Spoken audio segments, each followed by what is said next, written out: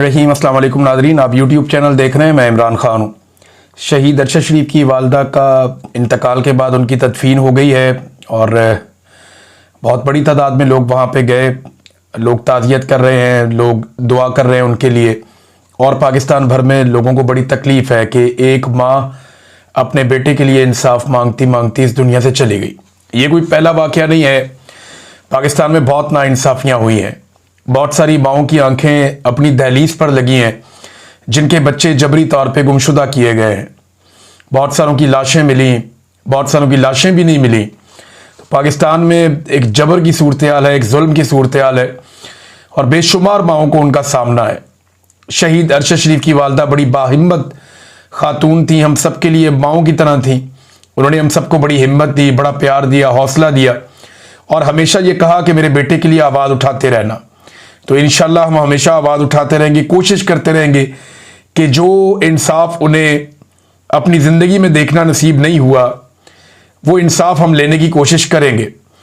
पाकिस्तान तहरीक इंसाफ की लीडरशिप शहीद अरशद शरीफ को या उनकी सहाफ़त को अक्सर वो उसका तस्करा करते हैं, उस पर बात करते रहते हैं।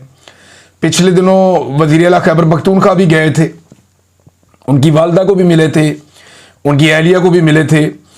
लेकिन अफसोस का मुकाम है, मुझे कुछ सहाफ़ी उन्होंने बताया जी कि इस्लामाबाद में या वहाँ मौजूद होने के बावजूद तहरीक इंसाफ के बहुत सारे लीडर्स या कोई भी जो है वो ख़ास आदमी तहरीक इंसाफ का या कोई लीडर वहाँ नमाज जनाजा में नहीं पहुँचा। इस बात का हमें दुख है, तकलीफ़ है। शहीद अरशद शरीफ के हवाले से वो हमेशा बात करते हैं, तो उन्हें जाना चाहिए था। ये एक ऐसी माँ है जिसने बड़ी कोशिश की इंसाफ के लिए, लेकिन बदकिस्मती उन्हें उनकी ज़िंदगी में इंसाफ नहीं मिला। 3 साल और 3 दिनों तक उन्होंने कोशिश की और आखिरी वक्त तक जो लोगों से वो बात करती रही वो यही बात करती रही कि अरशद के इंसाफ के लिए आवाज़ उठाओ। हम हमेशा आवाज़ उठाएंगे इंशाल्लाह और एक दिन इंसाफ होगा, हम सारे होता हुआ देखेंगे भी। अब नाज़रीन, कुछ खबरें मैं आप तक पहुंचाता हूं कि 4 सद्दा का जलसा हुआ पहला। अगले दिन खैबर के अंदर एक जरगा हुआ बहुत बड़ा, वो भी एक जलसा था। और उसके बाद अगले दिन करक के अंदर एक बहुत बड़ा जलसा हुआ। तो सीएम अफरीदी साहब जो हैं वो उन्होंने बड़े तगड़े हैट्रिक की है जलसों की और अवाम की उनके अंदर शमूलियत से अंदाज़ा होता है कि एस्टेब्लिशमेंट के लिए मुश्किलात पैदा हो गई हैं।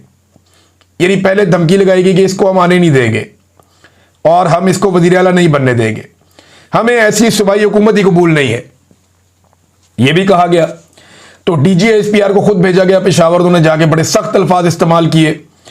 लेकिन अब एस्टेब्लिशमेंट के लिए मुश्किलात बढ़ रही हैं। जितना ज़्यादा सुहेल अफरीदी साहब को टाइम मिल रहा है वो बिल्कुल इमरान खान साहब की तरह तेज़ी से जलसे कर रहे हैं। ये इमरान खान साहब ही करते थे, एक दिन में 2-2 जलसे, और वो यानी 60 जलसे उन्होंने ऊपर नीचे एक दफ़ा कर दिए थे।